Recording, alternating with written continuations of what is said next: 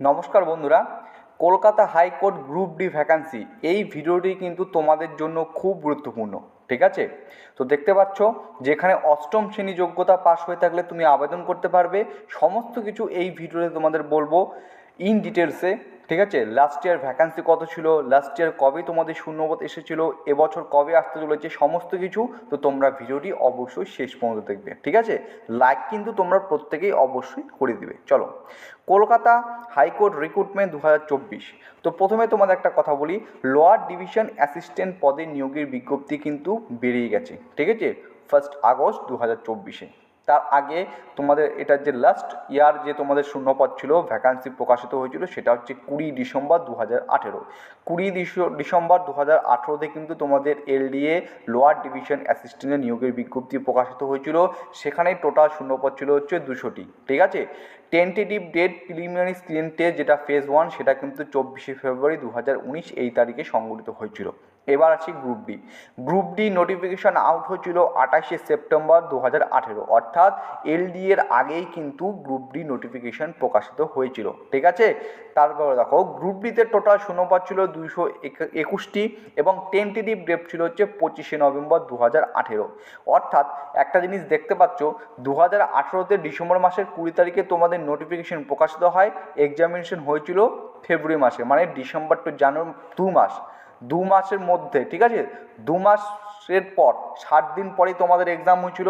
Group ডির ক্ষেত্রে 28 September হয়েছিল, সেপ্টেম্বর, অক্টোবর, নভেম্বর, এটা 2 মাসের ভিতরে, অর্থাৎ 55 দিনের মাথায় বা 50 থেকে 60 দিনের ভিতরেই কিন্তু তোমাদের এটা এক্সাম হয়েছিল। তো আজকে যে আলোচনা করব সেটা হচ্ছে সম্পূর্ণরূপে গ্রুপ ডি নিয়ে। আর প্রত্যেকে যেন আজকে লোয়ার ডিভিশন অ্যাসিস্ট্যান্টের ফাইনাল কাট অফের ভিডিও করেছি, তোমরা প্রত্যেকেই অসংখ্য অ্যাপ্লাই করেছো, অসংখ্য তোমরা এখানে অ্যাপ্লাই নয়, এখানে ভিডিও দেখেছো। ঠিক আছে, প্রত্যেকে অসংখ্য ধন্যবাদ। এরপরে যে কোশ্চেন্সগুলোও নিয়ে আসার চেষ্টা করব।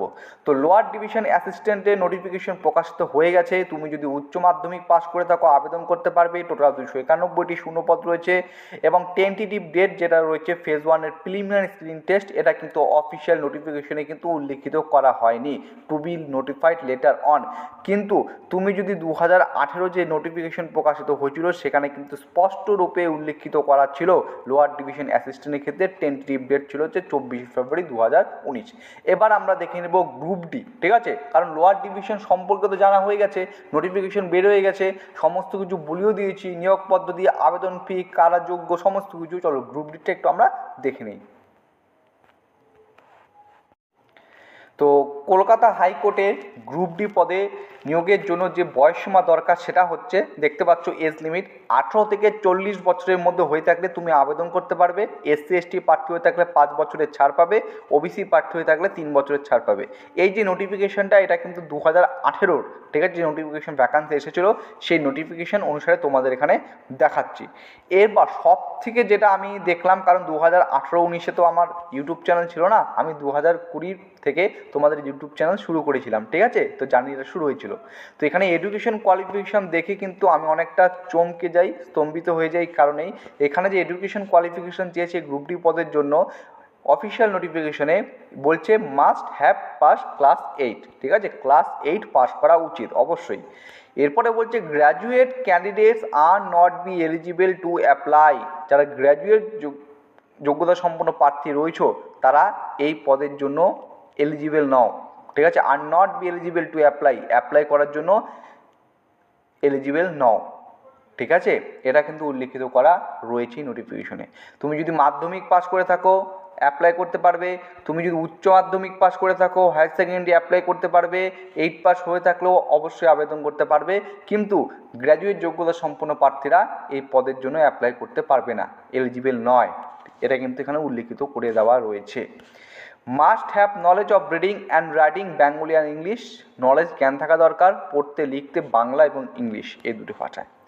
এক্সাম ফিটা কত ছিল দেখো, তখন এক্সাম ফি ছিল এসসি এসটি প্রার্থীদের জন্য 150 টাকা ব্যাঙ্ক চার্জ, এবং অন্যান্য সমস্ত ক্যাটাগরি থেকে যারা ইউআর, ওবিসি বি থেকে বিলং করো 400 টাকা প্লাস ব্যাঙ্ক এক্সট্রা চার্জ।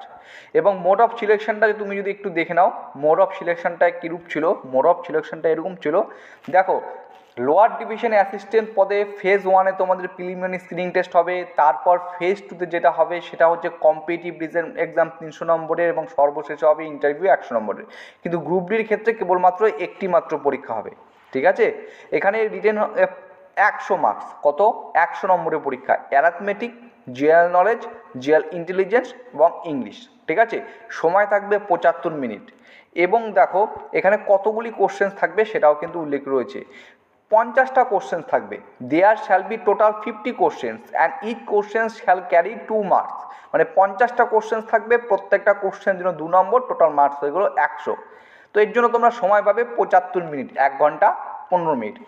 তারপরে যেটা বলেছে দেখো, নেগেটিভ মার্কিং অবশ্যই রয়েছে। There shall be negative marking of 1 mark for each wrong answer, প্রত্যেকটি ভুল উত্তরের জন্য নেগেটিভ মার্কিং রয়েছে 1 নম্বর করে।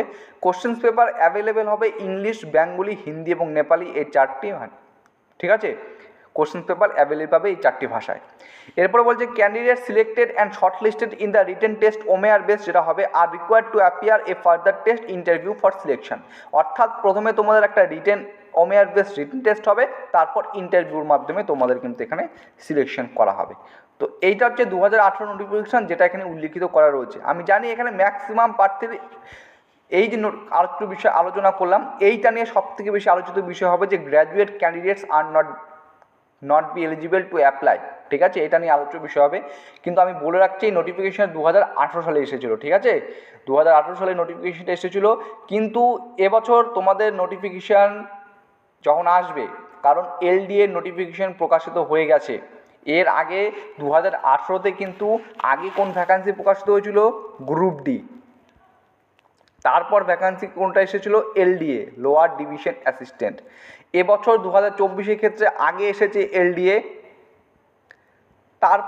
তারপরে গ্রুপ ডি আসবে, ঠিক আছে, বা আসার সম্ভাবনা আছে। আগে গ্রুপ ডি এসেছিল, গ্রুপ ডি আসার কতদিন পর এই শূন্যপদটা এসেছিল, এলডিএর শূন্যপদটা নোটিফিকেশানটা কবে এসেছিল, সম্ভবত 20 ডিসেম্বর। এটা সম্ভবত এসেছিল হচ্ছে 20 ডিসেম্বর, দ্বারা আমি একটু দেখে নিচ্ছি। হ্যাঁ, এটা 28শে সেপ্টেম্বর এসেছিল। এই নোটিফিকেশানটা গ্রুপ ডির এসেছিল হচ্ছে 28শে সেপ্টেম্বর, আর এলডিএরটা এসেছে হচ্ছে ডিসেম্বর মাসের 20 তারিখে। তাহলে সেপ্টেম্বর থেকে অক্টোবর, অক্টোবর থেকে নভেম্বর, নভেম্বর ডিসেম্বর, 3 মাস। 3 মাসের মধ্যে, 3 মাসের ভেতরে শূন্যপদটা কিন্তু এসেছিল। তো এবছর যখন নোটিফিকেশান প্রকাশিত হবে গ্রুপ ডির, ঠিক আছে, আশা করছি খুব শীঘ্রই যেন বিজ্ঞপ্তিটা প্রকাশিত হয়। সেক্ষেত্রে এডুকেশন কোয়ালিফিকেশনের ক্ষেত্রে কি কোনোরূপ পরিবর্তন হবে কি হবে না, সেটা আমরা সেখান থেকে ভালো করে বুঝতে পারবো, ঠিক আছে। তো এটা 2018 নোটিফিকেশান, যে নোটিফিকেশানে যেটা উল্লেখ করা ছিল সেটাই তোমাদের কিন্তু আলোচনা করলাম। তো দেখা যাক 2024-এ নোটিফিকেশান কবে আসবে, ঠিক আছে, তখন তোমাদের সাথে সেটা ডিটেলসে আলোচনা করবো। তো এতটুকুই আজকে ডিটেলসে ছিল। চলো, ভিডিওটি ভালো লাগলে লাইক করবে, নতুন হয়ে থাকলে সাবস্ক্রাইব করে পাশে থাকার চেষ্টা করবে। জয় হিন্দ।